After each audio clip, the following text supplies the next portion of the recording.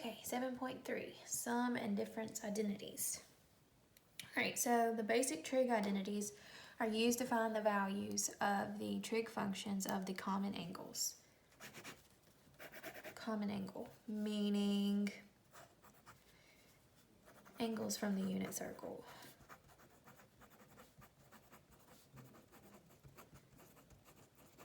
Like 60 degrees is pi over 3, 45 degrees, pi over 4, 60 degrees, pi over 6, etc. Those are angles from the unit circle.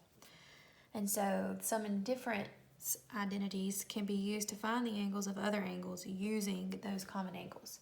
So for example, if we have to determine sine of 105 degrees, that's not one of our common unit circle degree measures. And so in order for us to find an exact value for that, not a decimal number, etc., we're going to need to represent sine of 105 degrees as something else. And so I want to use common angles. So how can I represent 105 degrees using like 30 degrees, 45 degrees, 60 degrees? And so I think 60 plus 45. So that's what we're going to use. And so we're going to have a list of formulas to go by. In this case, this is going to be a sine of A plus B because we're using a plus. And so 60 will represent our first, our A, and 45 will represent our second, B. Also, when working these, we're going to need to remember some basic triangle properties, like our 30, 60, 90. And so opposite of 60 is the square root of 3, opposite of 30 is 1, opposite of the 90 degree is 2. That is just from my memory from working these problems over and over and over. And then our other triangle was our 45, 45, 90. Always opposite of 45 is going to be 1, same thing. And then opposite of our 90 is the square root of 2. If you get confused, especially on your 30, 60, 90, just remember 60 is larger than 30. So it's going to get the square root of 3, 30 is going to get the 1, and 90 is greater than all of them, so it gets the 2. Same thing here, the 45s are going to be the same, it's smaller than 90, so they both get the 1, and the 90 gets the square root of 2. Another thing you may want to remember for our upcoming examples, however you remembered SOHCAHTOA, sine, cosine, tangent, opposite over hypotenuse, adjacent over hypotenuse, opposite over adjacent, etc. We're going to need to talk about that. So we're going to finish working this problem once we've looked at some of the formulas. Next. So let's move on. Before we look at that example, I do want to put these formulas down for you. So you see we've got sine, either A plus or minus B, and so what that would look like, and then it's explained here. If it's A plus B, we're going to use this one. If there's minus in the middle, we'll use this one. Then there's a set for cosine, a plus and a minus, and there's a set for tangent, a plus and a minus. This is given to you in your blank set of slides if you want to use that to refer back to, but I'm going to move on with our next example. So it says, use the sum or difference identity to find the exact value of each trig function. So again, this one's from earlier.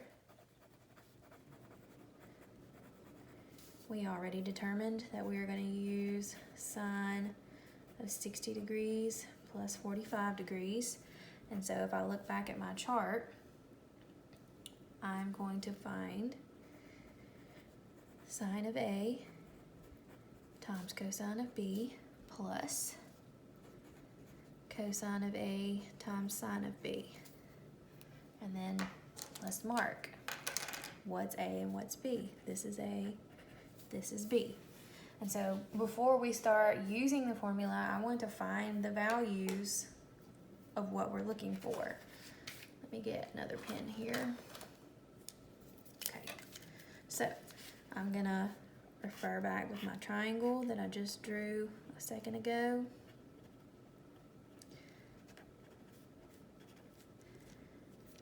And I'm gonna need my 45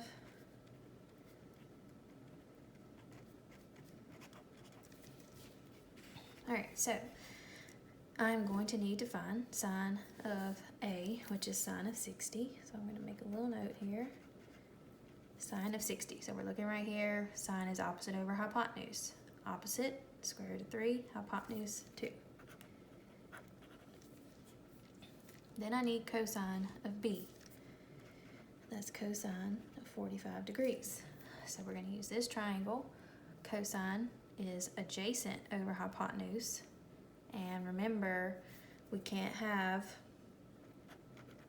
1 over the square root of 2. So remember, you would multiply the top and the bottom by the square root of 2 to get square root of 2 over positive 2. So cosine of 45 is square root of 2 over 2. Now I need cosine of A, which is 60. So cosine of 60, so back here to 60. Remember, cosine is adjacent over hypotenuse, so that's 1 over 2. And then I need sine of B, which is 45. Sine is opposite over hypotenuse. We just worked that out when we had square root of 2 on the bottom. So instead of 1 over square root of 2, I'm just going to go ahead and write square root of 2 over 2. So there's all the information we need. Now I just need to plug it into this formula. I'm just going to scoot on down so we can see what we're doing. So we're using this formula. Sine of A is square root of 3 over 2. Then we had cosine of 45, which was the square root of 2 over 2, plus, then we had cosine of 60, 1/2, and sine of B, square root of 2 over 2. Now, if I multiply straight across, and again, hesitate to use your calculator because we've got to use exact answers, not decimals. So remember, when you multiply radical to radical, keep the radical and multiply the numbers underneath together, which is square root of 6, and 2 times 2 is 4, plus 1 times the square root of 2 is just the square root of 2, and 2 times 2 is 4. They have the same denominator, so I can write my final answer with one denominator of 4, and I could have square root of 6 plus the square root of 2.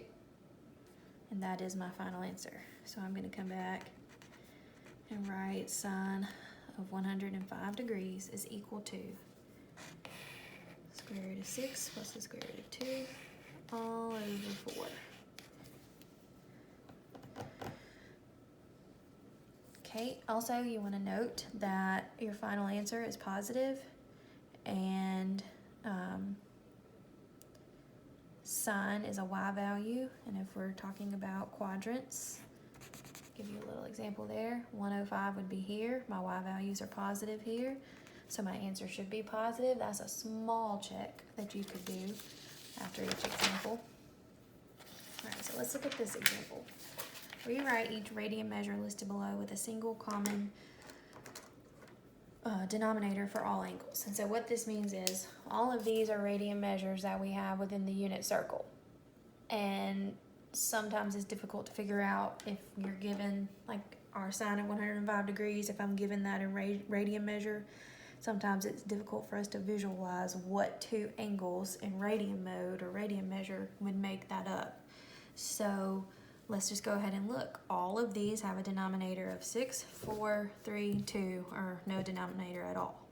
So if my denominators are 6, 4, 3, and 2, a common denominator would be what? Well, 6 times 2 and 4 times 3. That would be a 12.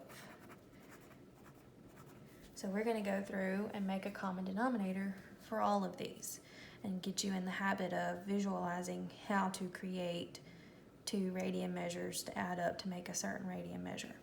So if I want this to have a denominator of 12, I would multiply the top and the bottom by 2, and that would give me 2 pi over 12. If I need a denominator of 12, I have to multiply the top and the bottom here by 4, giving me 8 pi over 12. If my denominator is 6 and I need it to be 12, multiply the top and bottom by 2, 14 pi over 12. If I need a denominator of 12 and I have a 3, I gotta multiply the top and the bottom by a 4, 20 pi over 12. I have a 4 in the bottom, I need a 12 there. Multiply the top and the bottom by 3. I have a 4 in the denominator, I need a 12. Multiply the top and the bottom by 3. Which would be 9 pi over 12. You get the picture. So I'm going to continue without discussing because I think I've done a 6, a 3, a 4. I hadn't done a 2. So let's go over here and do this 2. I need a 12 there. Multiply the top and the bottom by 6. If I need a 12 here, I gotta multiply the top and the bottom by 12. And if I need a 12 here, top and bottom by 12. All right, so I'm gonna finish these up.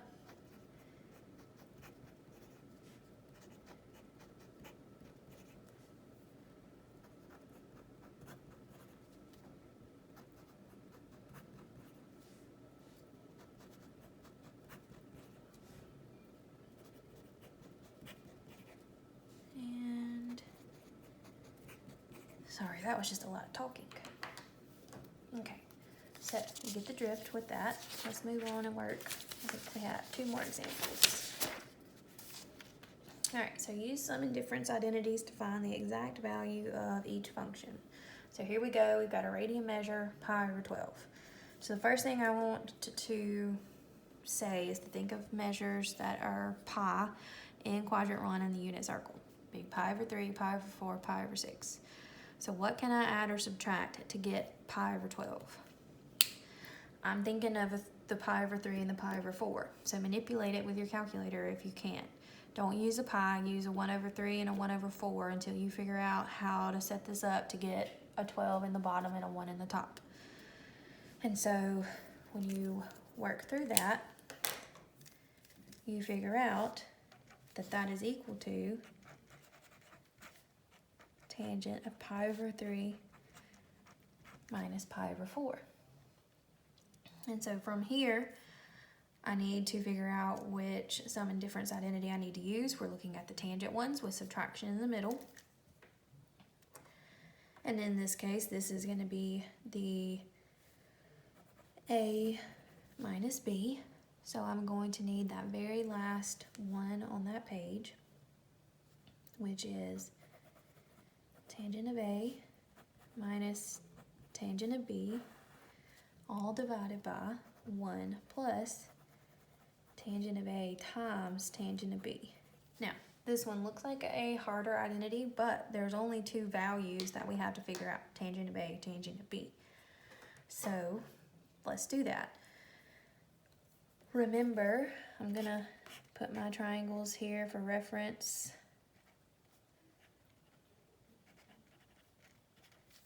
And my 45 here.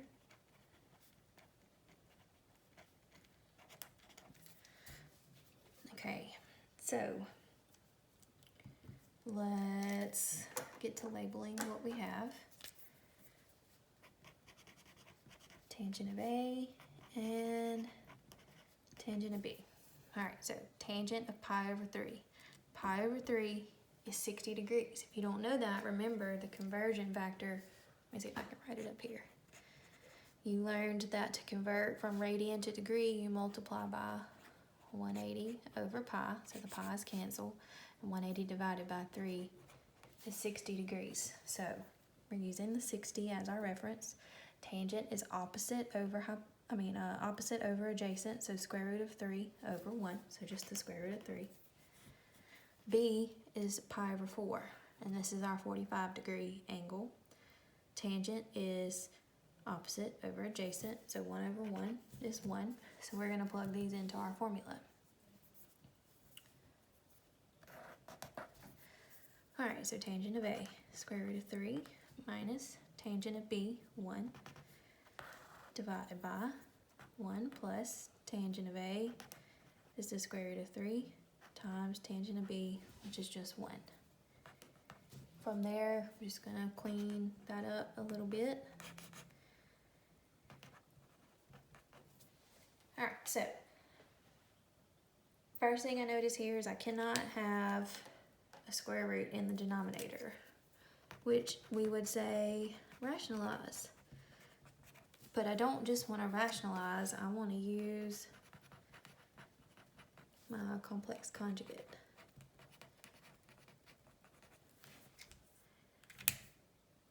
Which is this whole denominator with the opposite sign in the middle. So I'm going to take that same problem, square root of 3 minus 1, square root of 3 plus 1, and I'm multiplying the top and the bottom by square root of 3 minus 1, square root of 3 minus 1. Alright, so that's going to give me square root of 3 times square root of 3, drop the radical, and it's just 3. Square root of 3 times negative 1 is negative square root of 3. Negative 1 times the square root of 3 is negative square root of 3. And negative 1 times negative 1 is positive 1. So I'm done with my numerator. My denominator, square root of 3 times square root of 3 is just 3. Drop the radical. Square root of 3 times negative 1 is negative square root of 3.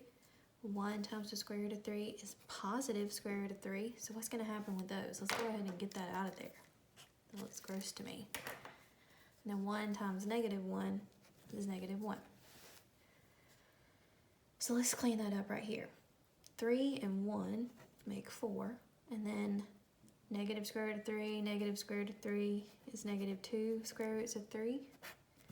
And then my denominator is just 3 minus 1, which is 2. And I can simplify that. So 4 divided by 2 is 2. 2 divided by 2 is 1. So that's going to give me 2 minus square root of 3. Now, if you want to do a small check here, pi over 12 is in the first quadrant. It should be positive. If that minus sign freaks you out, then just check and see if we get a positive value when we click that in. 2 minus square root of 3 is a positive value. So we are on the right track. All right, last example. This gives us some more details. It's telling us which formula to use. Find cosine of x minus y if x is between 0 and pi over 2. What does that mean? That means we're in quadrant 1, so my answer should be positive. Then it says if y is between 0 and pi over 2. So again, quadrant 1, positive. And then it tells me that sine of x is 4 over 5 and sine of y is 5 over 13. So lots of information. I need this and this. Now, before I even go find the formula, because that's going to be the easiest part, let's go ahead and draw some triangles. Because I notice that I'm not going to have all the info that I need. I'm going to label this one as x. And this one as y. And so it gave me sine for x, and remember sine's placement is opposite over hypotenuse. And y was sine again, so opposite over hypotenuse. And that means I need to try to figure out what these two sides are. So real quick, I'm going to say 4 squared plus b squared equals 5 squared. Which is going to give me 25 and 16, and 25 minus 16 is 9. So that b is going to be 3, so I'll go ahead and write that down.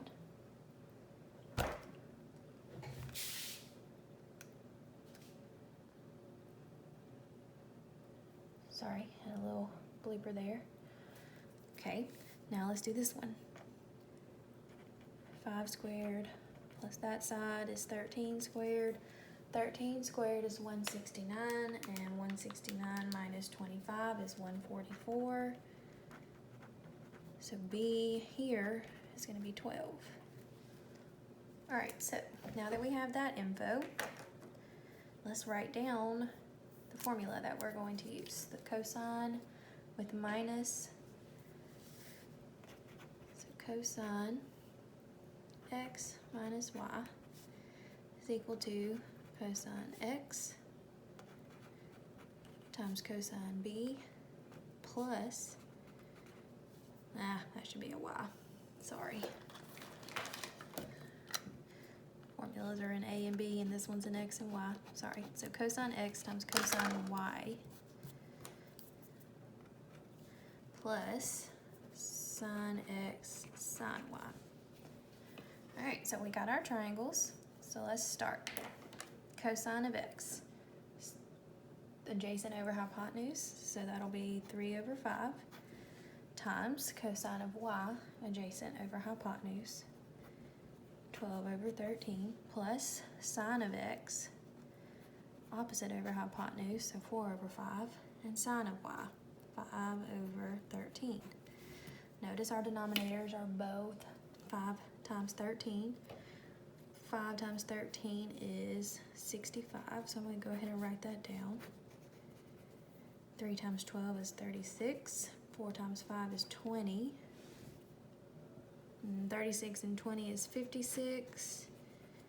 It will not reduce. This is my final answer. My final answer is also positive, which it should be since this occurred in quadrant 1. If you have any questions, let me know, comment below.